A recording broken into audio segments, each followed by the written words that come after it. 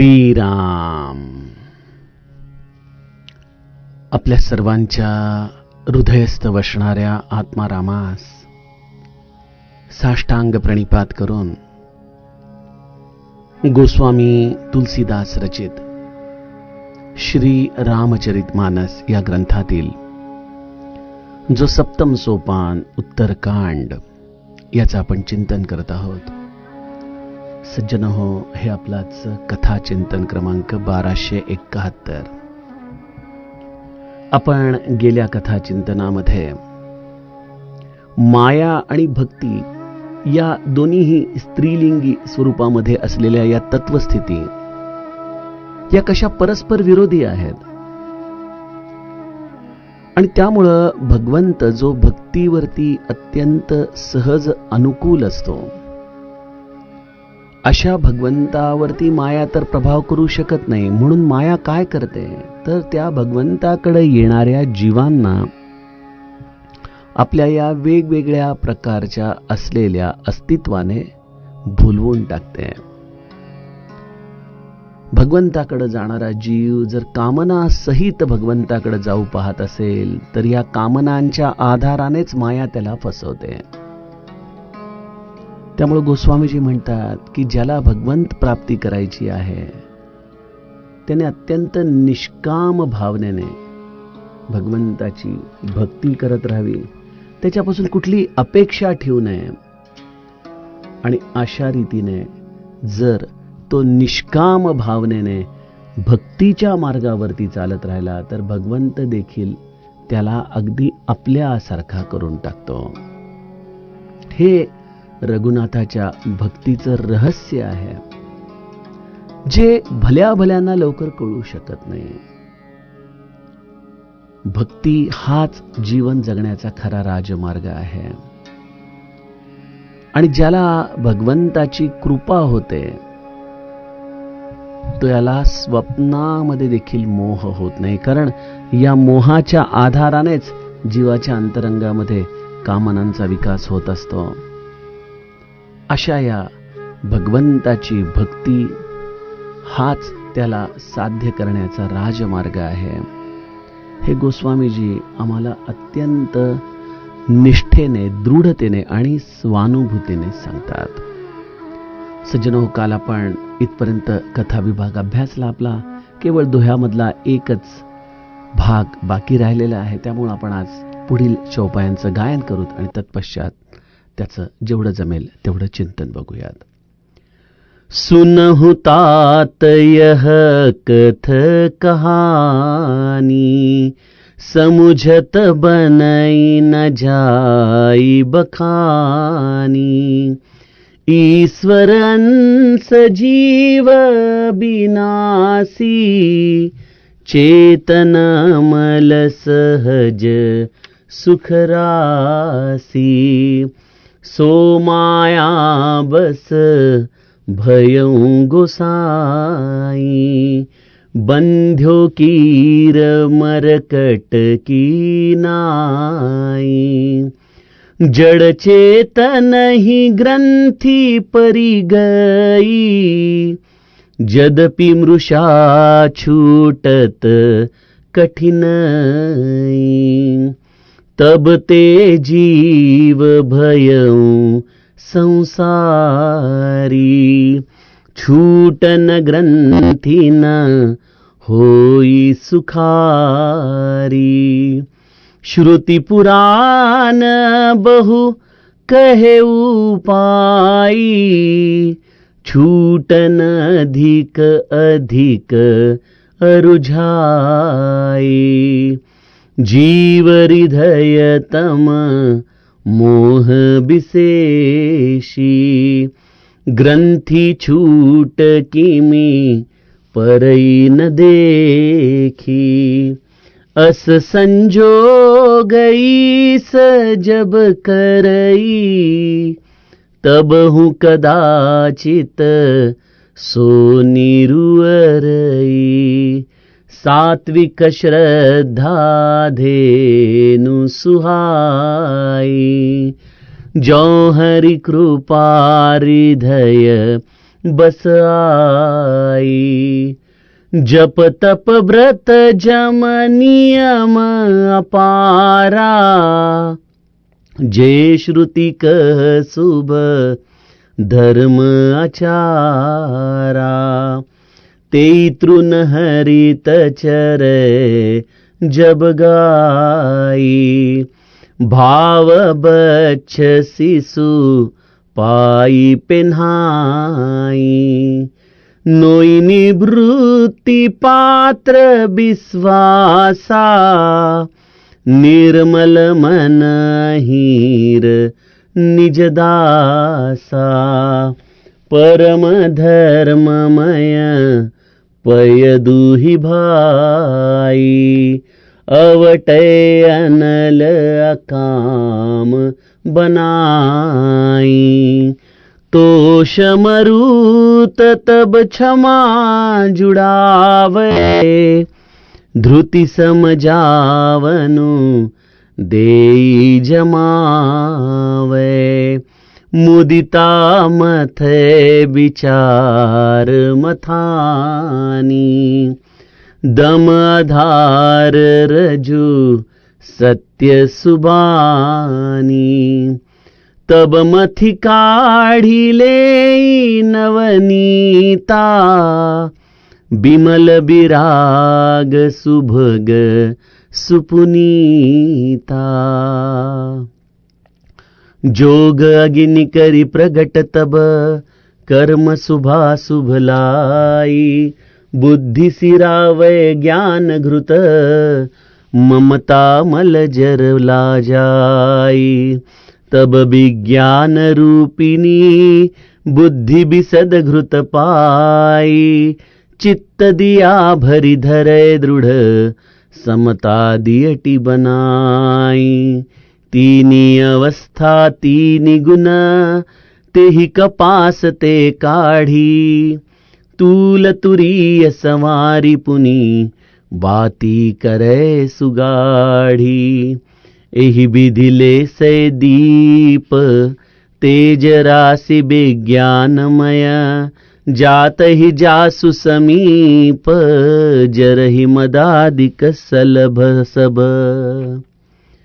सियावर रामचंद्र प्रिय हो।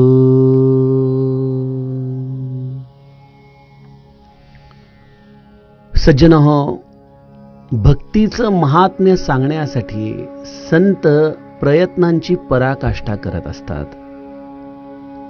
कारण अत्यंत साधा सुलभ मार्ग आहे भगवंताच्या भजनाचा. परंतु आपण म्हणतो ना की जे अत्यंत सहज आहे, सोपं आहे, परंतु तेच आचरणामध्ये आणण्यासाठी अत्यंत अवघड असतं. कदाचित आपण पंचाग्नी धूम्रपानासारखा अवघड मार्ग चोखाळण्याचा प्रयत्न करू. कदाचित आपण वेद उपनिषदांचं अध्ययन करण्याचा अवघड मार्ग प्रयत्नशील राहून करण्याचा विचार करू. कदाचित आम्ही यज्ञ याग यासारख्या गोष्टी मोठ्या प्रमाणामध्ये करू. परंतु भगवंताचं साधं सोपं नामस्मरण, त्याचं भजन, त्याला आळवणं हे मात्र आम्हाला जमत नाही. काय कारण असेल बरं आपल्या या मानसिकतेचं? सज्जनो, आमच्या अंतरंगामध्ये कर्तेपणाचा जो अभिमान आहे ना, तोच आम्हाला या अशा साध्या सहज मार्गांपासून परावृत्त करत असतो. आम्ही काहीतरी करतोय, आम्ही काहीतरी केलंय, ही भावना आम्हाला आपल्याला देखील सांगायची असते आणि त्यापेक्षा जगाला जास्त सांगायची असते. नाम घेतो, यामध्ये काय कौतुक आहे? आणि त्याही पेक्षा पुढं म्हणजे श्री महाराज म्हणतात, त्याचं उत्तर आम्ही स्वतःमध्ये शोधलं पाहिजे की मी म्हणतो म्हणून ऐकू नका, ग्रंथ सांगतात म्हणून ऐकू नका. तुम्ही तुमच्या अनुभवाने जाणा आणि मग ठरवा. मला असं वाटतं की आम्ही श्री महाराजांच्या या विधानाचा नीट विचार करत नाही. आम्ही केवळ या पहिल्या 2 गोष्टींच्या आधाराने नामाला लागतो की महाराजांनी सांगितलंय म्हणून नाम घ्या, ग्रंथांनी सांगितलंय म्हणून नाम घ्या. परंतु आपण आपल्या स्वतःच्या अनुभवाने विचार करून नामाला लागत नाही आणि त्यामुळे आपली कन्व्हिक्शन कमी पडते. आणि मग जेव्हा वेळ प्रसंगी कोणीतरी आमचा बुद्धिभेद करतो, त्यावेळेला आम्ही देखील मनामध्ये संभ्रमित होतो की खरंच हे असं साधं सोपं नामस्मरण केल्याने भगवत प्राप्ती होईल. त्यामुळे सज्जनो, आपल्या जीवनामध्ये अनुभूती हा साधनेचा प्राण आहे. आणि ती अनुभूती आम्हाला यावी यासाठी संत प्रयत्नांची पराकाष्ठा करत असतात की बाळा, नको बुद्धिभेद करू. श्री महाराज म्हणतात, उद्या कोणी यावं आणि म्हणावं की नामामध्ये काय आहे, तर माझ्यावरती विश्वास ठेवा, नामातच सर्व काही आहे. हे भगवंताचं नाम, हे संत आम्हाला अत्यंत निष्ठेने दृढतेने चालवावं यासाठी म्हणून संवाद करतात. अन्यथा हे मौन प्रिय असलेले संत कशाला पडतील या सगळ्या प्रपंचामध्ये. आणि मग त्यासाठी वेगवेगळ्या प्रकारची काव्य रचना करतात, वेगवेगळ्या प्रकारचं साहित्य निर्माण करतात. सांसारिक लोकांना समजेल अशा पद्धतीने उदाहरणं देऊन भक्तीचं महत्व समजावून सांगतात. बघा, यापेक्षा आणखीन काय सुंदर उदाहरण द्यावं की माया आणि भक्ती या सवती आहेत. दोघींचं परस्परांविषयी अजिबात आदर नाही, प्रेम नाही, किंबहुना 36चा आकडा आहे. मग तुम्ही कोणाची बाजू घेणार? जर मायेला धरलं तर भक्ती तिथं राहत नाही, आणि भक्तीला धरलं तर माया तिथं राहत नाही. अगदी सामान्यातल्या सामान्य माणसाला देखील कळावं असं हे उदाहरण गोस्वामीजींनी किती चपखलपणे आपल्याला समजावून सांगितलं. सज्जनो, यामध्ये देखील एक गंमत अशी आहे की आम्हा लोकांना अशी सांसारिक उदाहरणं दिली की वाटतं की पण ते ठीक आहे, परंतु ही सगळी सांसारिक उदाहरणं झाली. वेदांत काय सांगतो? वेदांत खरंच भक्तीचा मार्ग सांगतो. अद्वैत तत्वज्ञान काय सांगतं? सज्जनो, आम्ही कुठल्याच स्थितीमध्ये कृतिशील व्हायला तयार नाहीये, नामाला लागायला तयार नाहीये. आम्हाला तर केवळ पुरावे हवेत, आम्हाला तर केवळ माहिती गोळा करायची आहे. जो खऱ्या अर्थाने नामाला लागला त्याला यामध्ये खरंच काही रस असेल याबद्दल शंकाच आहे. संत तरी देखील अत्यंत उदार वृत्तीने आमच्यासारख्या लोकांना कळावं यासाठी पुन्हा पुन्हा तुमच्याच मनामध्ये असलेल्या शंकांच्यासाठी वेगवेगळ्या पद्धतीने भगवंताच्या भक्तीचं, त्याच्या नामाचं, त्याच्या स्मरणाचं, त्याच्या भजनाचं महत्त्व आम्हाला समजावून सांगतात. बाळा, तुला सांसारिक उदाहरणं सांगून विश्वास बसत नाहीये का? तुला असं वाटतंय का की वेदांताच्या आधाराने गेलं आणि जर ते मला पटलं तर कदाचित मी नाम घेईन? मी तुला त्या पद्धतीने सांगतो. त्यामुळे गोस्वामीजी म्हणतात की सुनहु तात यह अकत कहानी, समुझत बनई न जाई बखानी. हे तात, भुशुंडी गरुडाला म्हणतायत की मी तुम्हाला एक अकथनीय अशी वार्ता सांगतो. अकथनीय याचा अर्थ जिचं उच्चारण केलं असता ती आपला अर्थ गमावून बसते. जिचा अर्थ जाणायचा असेल तर त्या स्थितीमध्ये जाऊनच आम्हाला अनुभवावं लागतं. उदाहरणार्थ, एखादा मनुष्य एखाद्या अत्यंत थंड प्रदेशामध्ये गेलेला आहे आणि आपण आता इथं घामाच्या धारा पुसत बसलेलो आहोत आणि त्याने आपल्याला व्हिडिओ कॉल केला आणि म्हणाला, अरे काय थंडी आहे, काय थंडी आहे, काय सांगू तुला. आपण म्हणाल, हो दिसतंय खरं, पण ते दिसणं म्हणजे माहिती झाली, त्या थंडीचा अनुभव मला कुठे इथं बसून. तसं सज्जनो, भगवत प्राप्ती ज्या या तद्रुपतेने या संतांनी जाणलेली आहे ती शब्दाच्या आधाराने कितीही जरी सांगितली तरी समजून घेता येऊ शकत नाही, कारण तो अनुभूतीचा प्रांत आहे. तेथे पाहिजे जातीचे, तुकाराम महाराज म्हणतात. त्याप्रमाणे सज्जनो, तिथं आम्हाला स्वतःच त्या स्थितीचा अनुभव घ्यावा लागतो. तरी देखील संत ही अकथनीय गोष्ट कथन करून आम्हाला सांगतात की कदाचित एखाद्याच्या मनामध्ये इच्छा निर्माण होईल की अरे हे काय आहे नेमकं, अनुभवायात तरी काय करायचं, त्यासाठी 13 कोटीच नाम घ्यायचं ना, घेतो मी, पण मला ही स्थिती मिळेल ना. जसं आपण एखाद्या चित्रपटाचा ट्रेलर बघितल्यानंतर मनात उत्सुकता निर्माण होते, किंवा श्री महाराज म्हणतात की संतांचे ग्रंथ वाचल्यानंतर आपल्या मनाची कशी स्थिती झाली पाहिजे. जसं एखादी नवयुवती आपल्या मैत्रिणीच्या विवाहामध्ये जाऊन स्वतःच्या विवाहाची स्वप्न रंगू लागते, त्याप्रमाणे या संतांचे ग्रंथ वाचल्यानंतर मला ती अनुभूती कशी येईल, मी तेव्हा कसा असेन, कसा मी तो अनुभव घेत असेन, अशा पद्धतीने आपल्या हृदयामध्ये देखील कल्पनांचा विकास व्हावा, ती उत्सुकता वाढावी, मला कधी ती स्थिती अनुभवता येईल याची आपल्याला तळमळ लागावी. त्यामुळे ठीक आहे, अकथनीय आहे, परंतु तरी देखील मी तुम्हाला सांगण्याचा प्रयत्न करतो. काय मला सांगायचंय? तुम्ही कोण आहात, मी कोण आहे, हा प्रश्न आपण आपल्या स्वतःला वारंवार विचारावा. Who am I, who am I, कोण आहे मी? आम्हाला खरं तर त्याचं अजूनही उत्तर समाधानकारकरित्या अनुभवाला आलेलं नाहीये. जर आम्ही झोपेमध्ये किंवा जेव्हा आमची बुद्धी, आमचा कॉन्शियस हा जागृत नसतो, त्यावेळेला जर आम्हाला कोणी विचारलं की तू कोण आहेस, तर आमचं पहिलं वाक्य येतं, मी रवींद्र पाठक आहे, मी अमुक अमुक यांचा मुलगा आहे, मी इथं राहणार आहे, हा माझा व्यवसाय आहे, इथं मी नोकरी करतो, हा माझा मुलगा आहे, ही माझी बायको आहे. म्हणजे आजही मला माझ्या अनुभवाला आलेली माझी ओळख ही देहाधिष्ठित आहे. यात काही शंका आहे? असं कोण आहे जो या अशा गाढ निद्रेमध्ये देखील मी कोण आहे हा प्रश्न विचारल्यानंतर ममई वांशो जीवलोके जीवभूत सनातनः, अशा पद्धतीने मी ईश्वराचा अंश आहे असं उत्तर देईल? बघा, रामरायाने हनुमंताला देखील हाच प्रश्न विचारला की तू कोण आहेस, तुझं माझं नातं काय? हनुमंत हा बुद्धिमतां वरिष्ठम आहे, आणि त्यामुळं हनुमंताने किती सुंदर उत्तर दिलं की देहाच्या पातळीवरती मी तुझा दास आहे, जीवाच्या पातळीवरती मी तुझा अंश आहे, आणि आत्म्याच्या पातळीवरती तू आणि मी वेगळा नाही. सज्जनो, हे आहे विवेकाने दिलेलं उत्तर, जे हनुमंताच्या अनुभूतीला आलेलं आहे.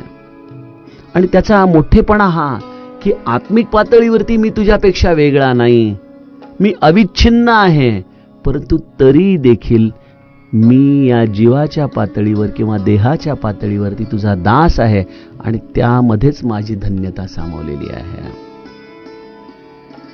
त्यामुळे जेव्हा हनुमंत सांगतोय की ईश्वराचा अंश हा मी आहे, जीव रूपामध्ये राहणारा, जे आज कदाचित माझ्या अनुभवाला आलं नाही, परंतु ही वस्तुस्थिती आहे, हे सत्य आहे, इथं विश्वास ठेवूयात आपण.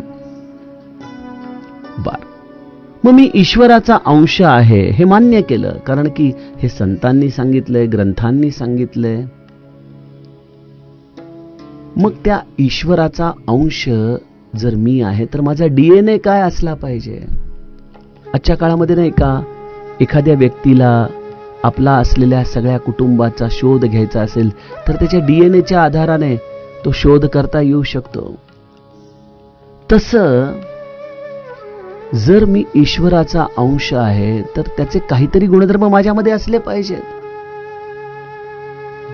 ईश्वराचे गुणधर्म काय आहेत? पुन्हा तो माझा अनुभूतीचा प्रांत नाही, परंतु हनुमंताने जाणलंय, संतांनी जाणलंय, ग्रंथांनी सांगितलंय की ईश्वर हा कसा आहे? अविनाशी आहे, त्याचा कधीच नाश होत नाही. ठीक आहे, माझा अनुभव काय आहे? अहो, कसला नाश होत नाही, जन्माला येतोय आणि मरतोय. मग मी जर देहाधिष्ठित भूमिकेवरून या गोष्टीचं चिंतन केलं तर मला लक्षात येतं की कुठला ईश्वराचा अंश आहे? मी तर जन्माला येतोय, मरतोय. समर्थांनी देखील किती सुंदर पद्धतीने याचा उहापोह केलाय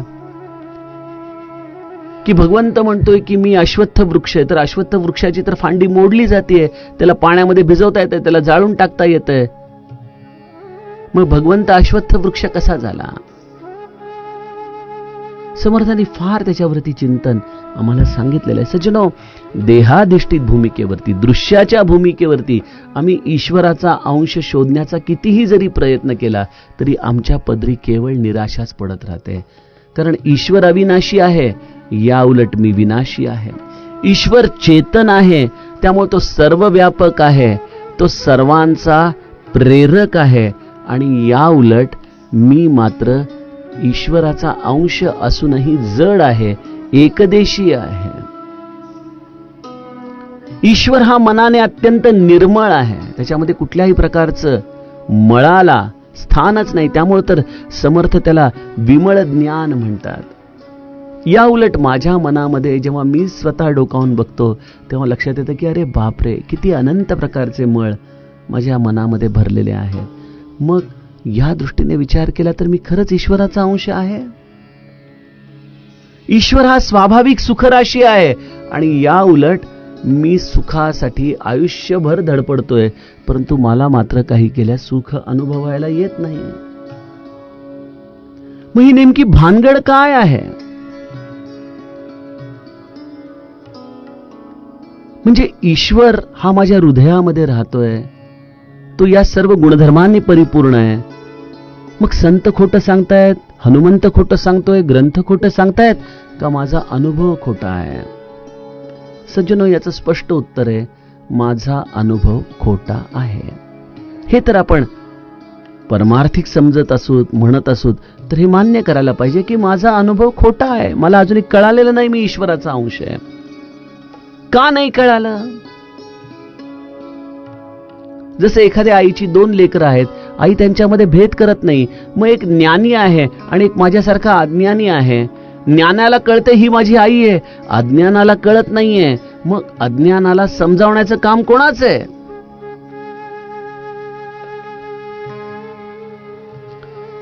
सज्जनो, म्हणून गोस्वामीजींनी त्याला अकथनीय सांगितलंय की बाहेरून तुम्हाला कितीही जरी सांगितलं तरी जोपर्यंत तुमचा तो अनुभवाचा प्रांत होत नाही तोपर्यंत तुम्हाला ते कळू शकणार नाही.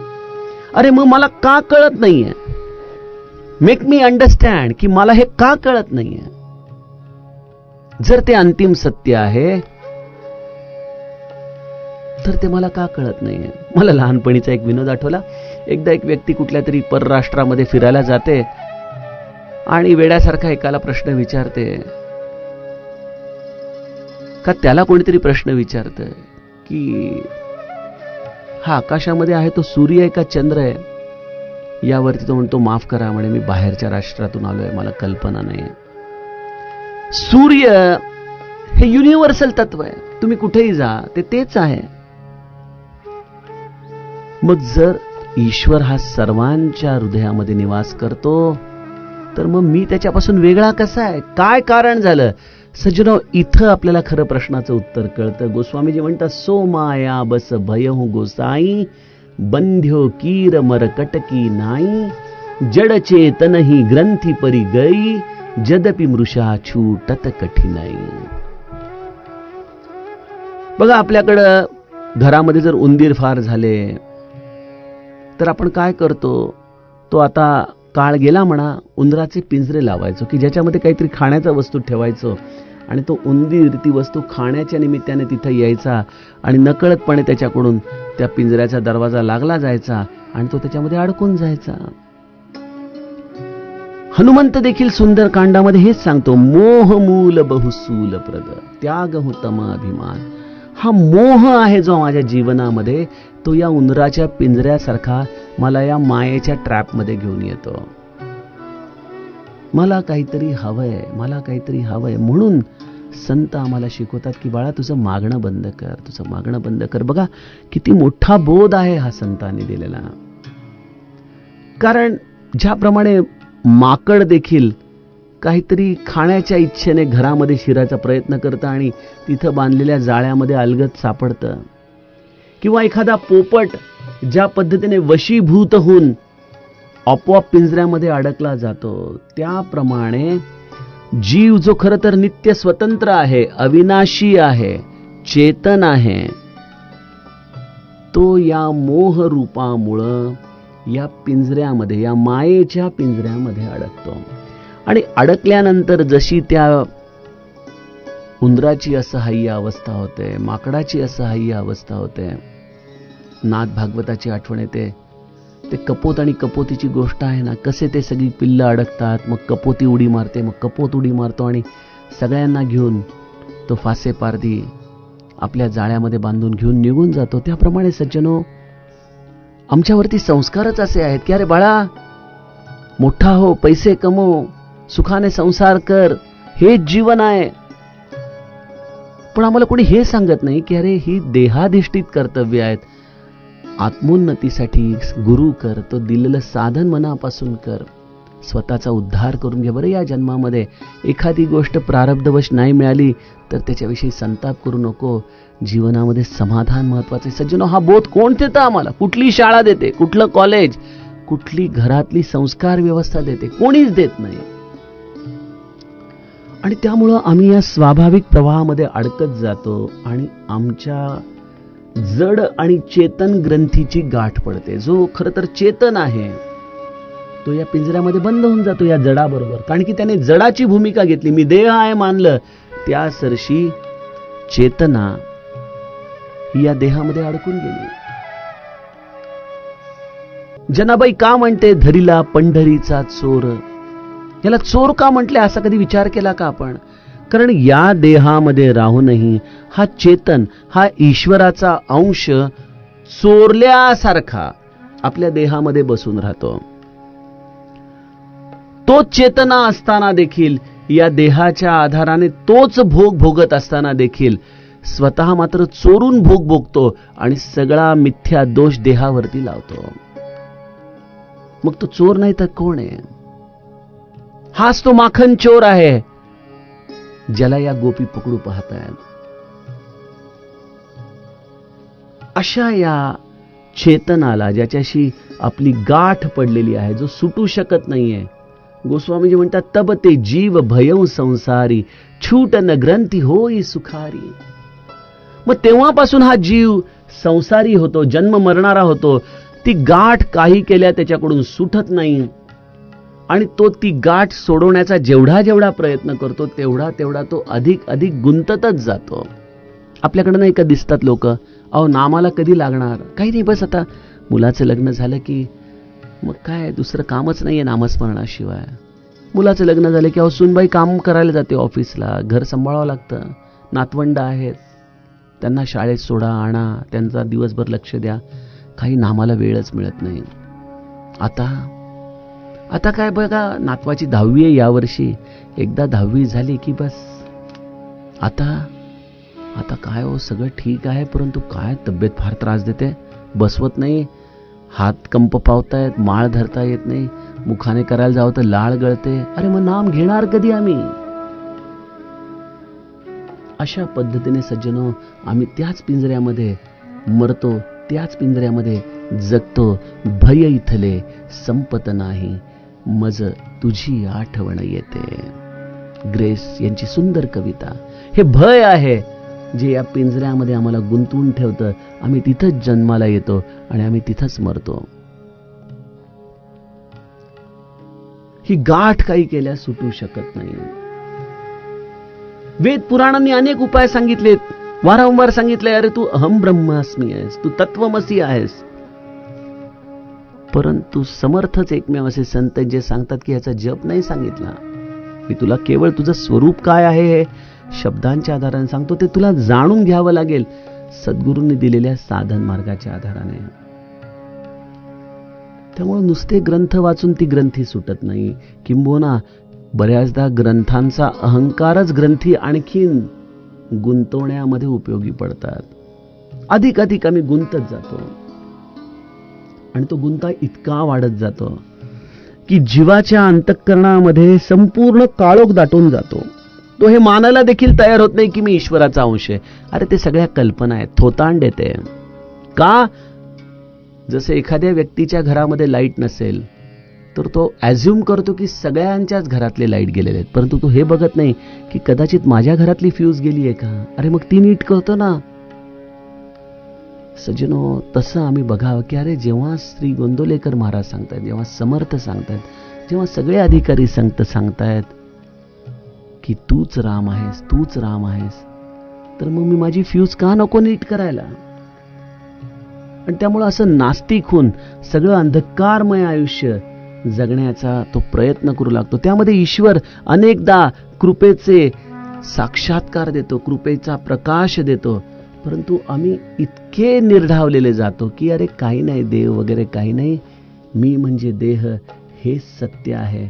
आणि त्यामुळे ईश्वर अनेकदा असे संयोग देऊनही आमच्या ग्रंथी मात्र काही केल्या सुटू शकत नाहीत. सज्जनहो, आजच्या कथा विभागामध्ये आपण इथपर्यंतच थांबणार आहोत, कारण की ह्यानंतर गोस्वामीजी आम्हाला एक अत्यंत महत्त्वाचं ज्ञान आणि भक्तीचं सिद्धांत एका सुंदर उदाहरणाच्या आधाराने सांगणार आहेत. आणि तो प्रदीर्घ सिद्धांत नीट आम्हाला समजून घ्यायचा आहे. त्यामुळे आपण हा दोहा लगेच संपवण्याची घाई करणार नाही. अर्थात आता आज 31 मे संपलेली आहे आणि सोमनाथच्या कथेचे दिवस आता खूप जवळ आलेले आहेत.